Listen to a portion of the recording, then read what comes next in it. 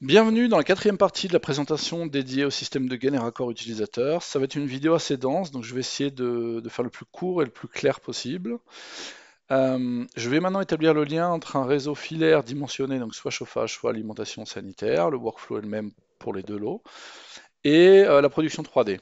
Donc, premier prérequis à vérifier, est-ce que les catalogues que j'ai associés à mes séries de conduites dans le calcul, ce sont des vrais catalogues 3D. Donc on va vérifier ici par exemple que le catalogue acier utilisé, en cochant la case uniquement avec raccord 3D, il est toujours bien listé dans la liste des catalogues. Voilà donc pour le premier requis. Le deuxième prérequis, bien sûr, ben, c'est de calculer le réseau. On va le faire ensemble.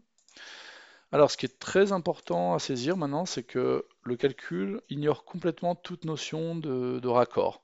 La seule chose qui peut rattacher le résultat du calcul à un système, ce sont les tubes. Et c'est justement par ce biais qu'on va connecter eh bien, les résultats de calcul filaire au système. Voilà.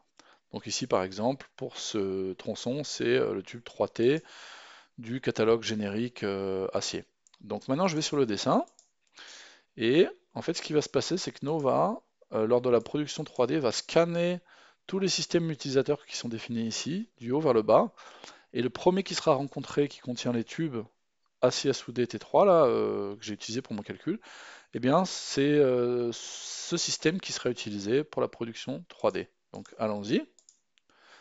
Désolé pour le flot de parole, mais je vais essayer de tenir un minimum de temps, parce qu'on me reproche souvent que les tutoriels sont trop longs, donc ça va être dense. J'espère que vous allez suivre. Si je clique sur le tube, ici, j'ai automatiquement le système utilisateur qui a été associé sans avoir à faire quoi que ce soit manuellement.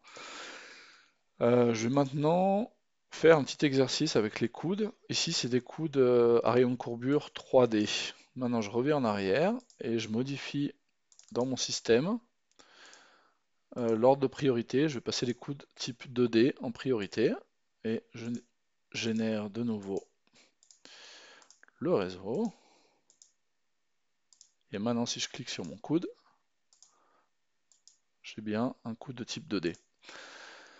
Dans ce deuxième exemple, on a quelque chose d'un peu plus compliqué. D'une part, j'ai des séries de conduites cuivre et Uponor Unipipe Plus, donc du multicouche. Donc on a plusieurs séries dans le même réseau. Et en plus, dans ce système, enfin dans le système qui va matcher avec donc cette série de conduites associées au catalogue, enfin conduite Uponor Unipipe Plus, eh bien dans le système qui va matcher avec ces conduites, j'ai mélangé plusieurs catalogues. Donc je vais dans un premier temps produire le réseau en 3D. Et ensuite, on va regarder comment j'ai construit les systèmes. Petite remarque, les pièces d'union entre systèmes, donc ici cuivre vers multicouche, sont pas pris en charge actuellement dans la version actuelle. Donc ici par exemple c'est du cuivre, c'est pardon, une réduction de cuivre qui a été générée. Donc peut-être pour une prochaine version on fera mieux, mais voilà, sachez que c'est pas la vraie pièce entre guillemets que vous seriez en droit d'attendre ici. Alors, par rapport à la construction des systèmes, le premier point à retenir, c'est que j'ai pas défini un système qui contient du cuivre et du multicouche, mais j'ai vraiment défini deux systèmes distincts, hein. Un système par profil de tube. Ça, c'est la première chose.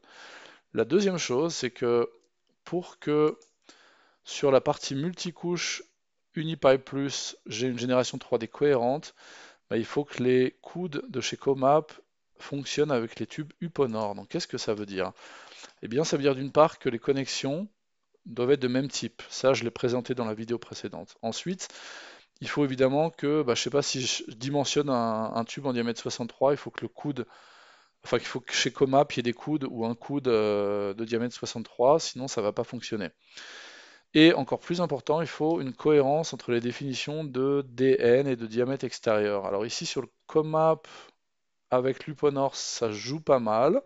Sauf ici, vous voyez, sur le DN20 par exemple, bah, c'est un coude avec une appellation de DN26, diamètre 26, et puis chez Uponor c'est du diamètre 25, donc est-ce que dans la réalité ça fonctionne?